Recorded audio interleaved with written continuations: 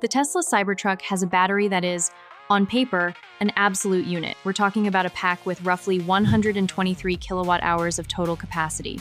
It's massive. So why is it that the moment you try to use it for actual truck stuff, like towing, it feels like it runs out of juice almost instantly? For a growing number of owners, it feels like Tesla packed a tiny battery that dies in the blink of an eye. So what's the real story here?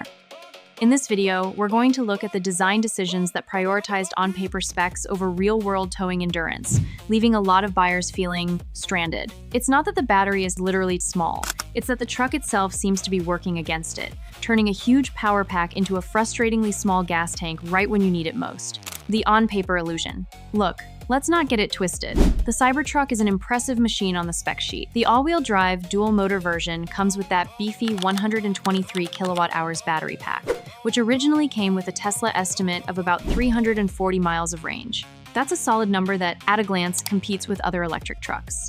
And for just driving around town or cruising on the highway without a load, the range is pretty respectable.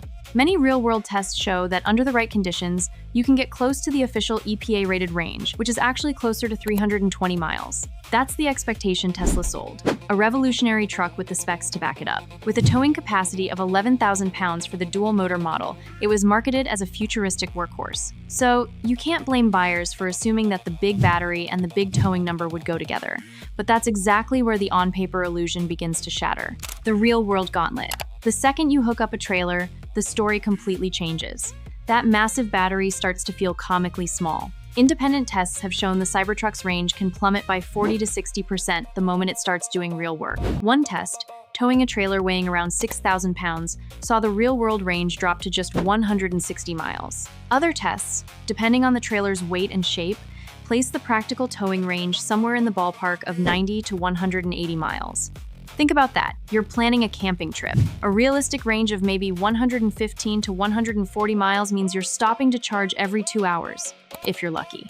That turns a simple road trip into a stressful hunt for charging stations that can even fit a truck and trailer.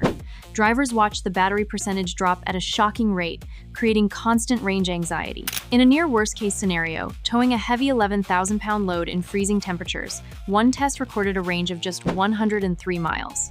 This isn't just a small dip in performance.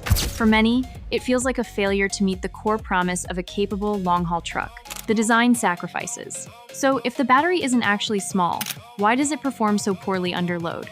It comes down to a few key design choices, where it seems aesthetics and specs were prioritized over real-world towing function. First, let's talk about that shape. That iconic, angular, stainless steel body looks like it drove right out of a sci-fi movie, but it presents some aerodynamic challenges. While its reported drag coefficient of around 0.34 is actually pretty good for a pickup truck, it's nowhere near as slippery as a car. That matters a little when you're driving solo, but it matters a lot when you attach a giant, boxy trailer. The trailer adds a massive amount of drag, and the truck's already not perfect aerodynamics just can't compensate. Second, there's the question of the battery and software tuning.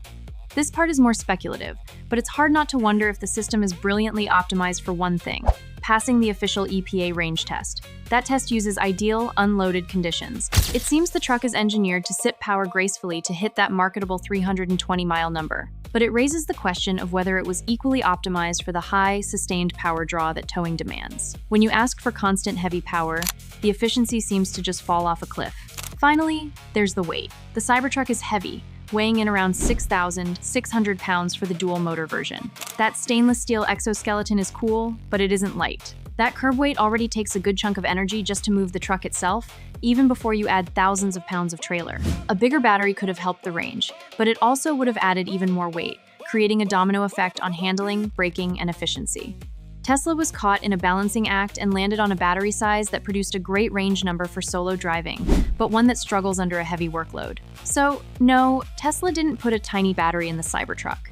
They put a huge one into a truck that, due to a perfect storm of factors, isn't all that efficient when towing. The combination of its unique aerodynamic profile, its substantial weight, and software that seems tuned for cruising creates a situation where the battery's massive potential just gets eaten alive. For anyone who wants to use their truck as, well, a truck, these design decisions effectively shrink the battery's usable capacity.